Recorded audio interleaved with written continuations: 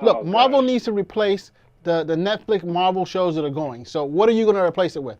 Right now you have Oh then. Kick-Ass, and that ilk is coming on to is going to probably be coming into Netflix.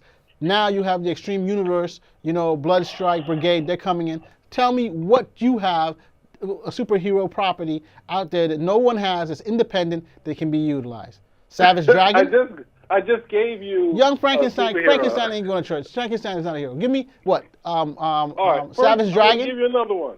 I'm not giving you Savage Dragon. Stop saying that. Saga. Stop saying. Saga.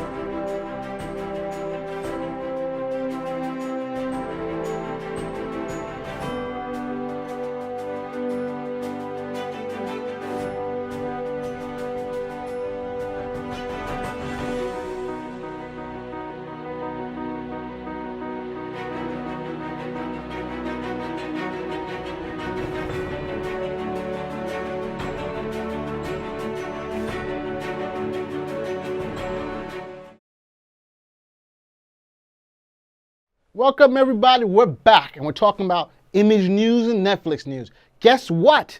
We have a special guest online, and his name is PD. I know it's only me here in the studio, but PD's on the line right now. Cal couldn't make it, but he'll make it the next time. PD, what do you think's going on, baby? Talk to me. Well, I guess we're here to talk about the latest Netflix deal, which is with Rob Liefeld of all people. Now, this is what I talked to you people about before. Not you people. I apologize. Everybody out there, I just can't deal with people picking the bad properties. And I understand that Rob Liefeld created Deadpool, and when I say created, I use that very loosely. But at the same time, when you got these properties that look like bad Marvel characters, what do you want me to say? Like they got bought a bad bill of goods. We don't want you to say that. But what are you talking about this deal? Tell us. But he's been making deals.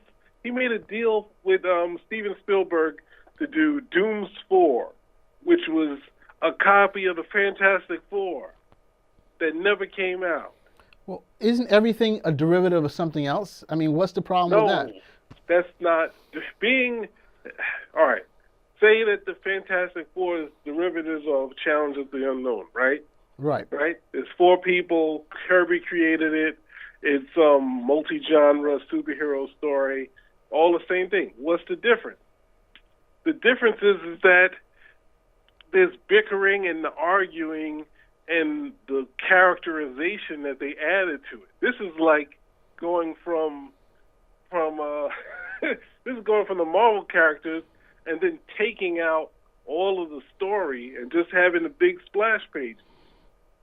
There's nothing that you can look at from from the Extreme Universe that you can say, you know what, that's a good property.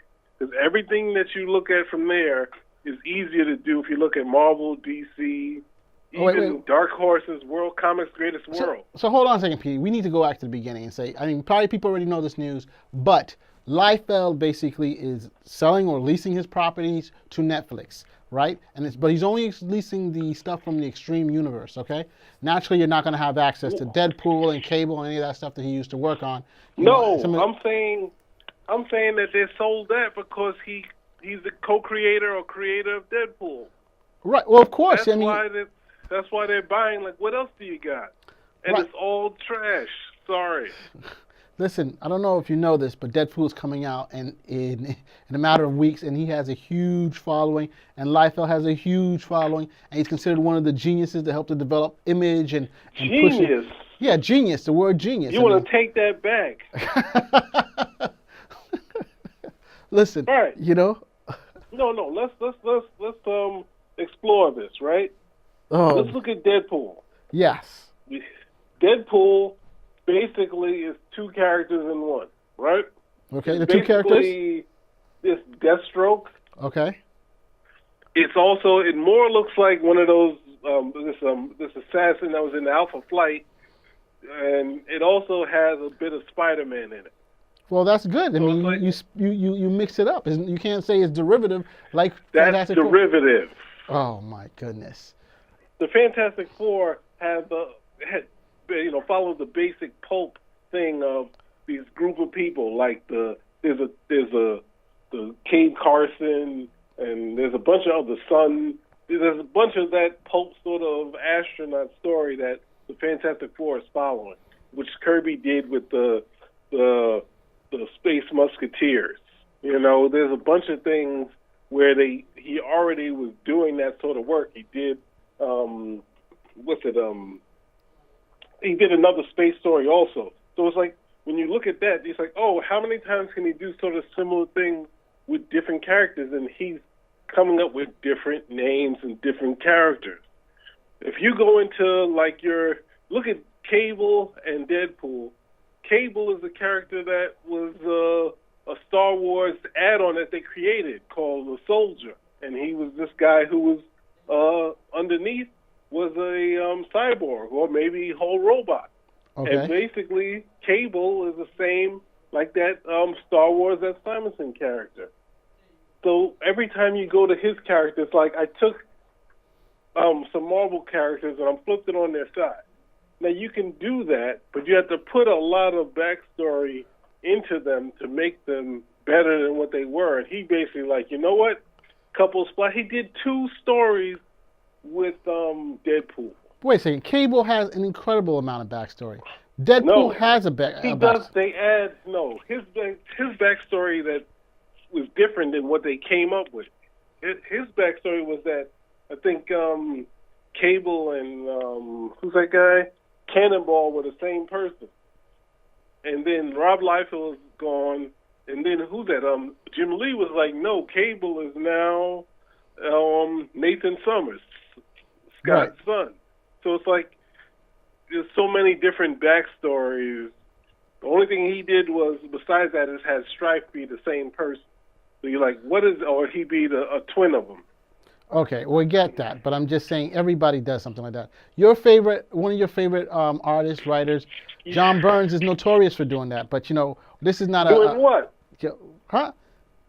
I mean, have you seen Alpha Flight, Fantastic Four, X-Men? Should we go on? All right, that's a good point. Just a little that point that you just made. All right, so you look at the Alpha Flight. Alpha Flight is similar to Image characters, where they were his fan characters. He created them when he was a fan, right? Right. So what he did was, when he got to the story, he was like, okay, I created these guys to be superheroes. Let me give these guys some backstory so there's something behind them that could last 100 issues, which it did, So then you go to Youngblood. Wait, and it lasted 100 issues in the United States? You probably 100 issues in Canada, not in the United States. Jim Lee's some of his first work was on Alpha Flight. Oh my goodness! But then you go to the Image guys. You go to someone like Rob Liefeld. They took their fan characters, which were mock-ups of other characters, and then next thing they're like, we don't have to add anything to these guys. These guys are just good as they are. Okay, got it. And then you see them run out of steam. He only did 10 issues of Youngblood. Got it. I understand that. But, I mean, how does this detract from them going into Netflix?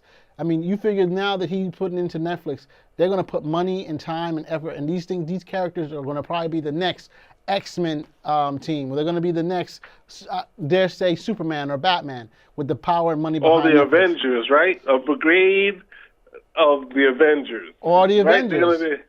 I mean, because Marvel, man. DC all their shows are going now to their new DC streaming stuff, right? And the same thing's going to happen Yeah. with Marvel. Disney's going to put all the Marvel stuff. So, I mean, everybody, the Marvel Netflix shows like Daredevil and Luke Cage and Jessica Jones, they're not long for the Netflix streaming. If they transition over to the DC streaming, there's no one can say for sure. I mean, Marvel streaming, no one can say for sure. But the fact of the matter is, I expect them to only last a couple more years on Netflix. And this is why Netflix needs to develop its own in-house superhero properties, such as what they're doing with Liefeld and Extreme Universe, as well as what they're doing with Miller World, the guy who did Kick-Ass and stuff like that, Miller.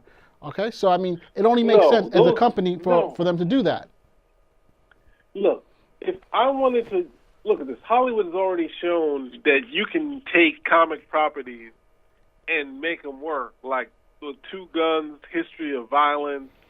There's a bunch of all of them pulling from Red.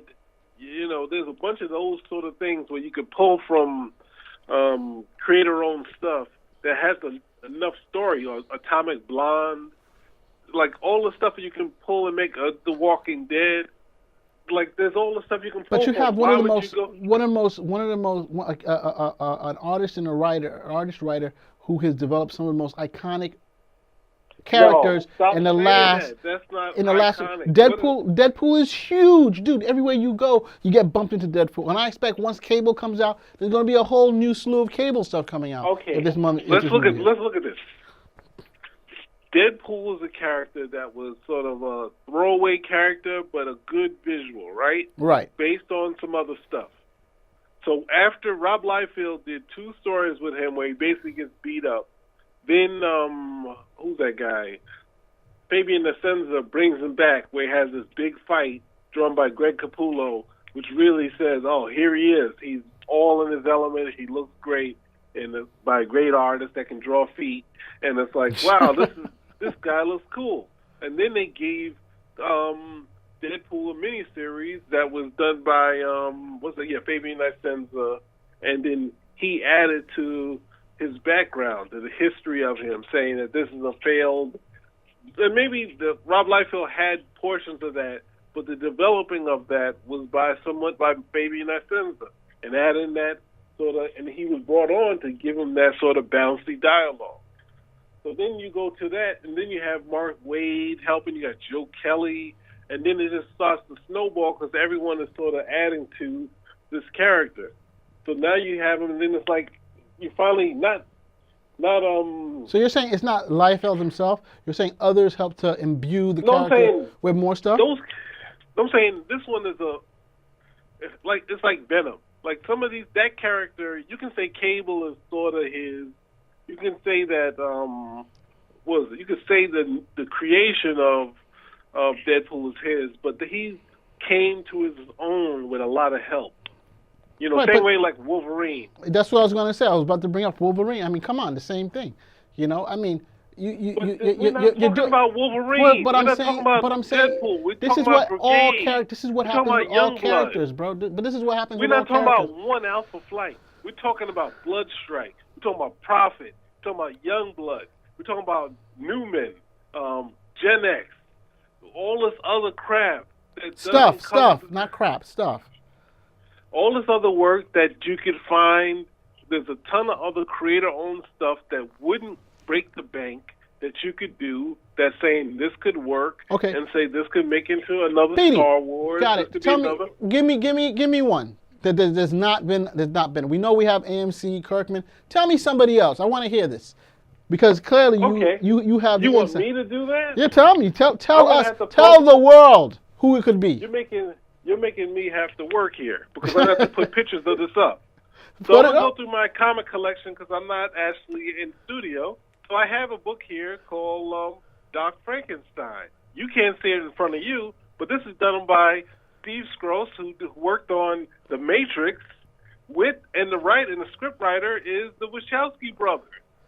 Why not do a re-update of Frankenstein alive in this present day, fighting against all this science and religion?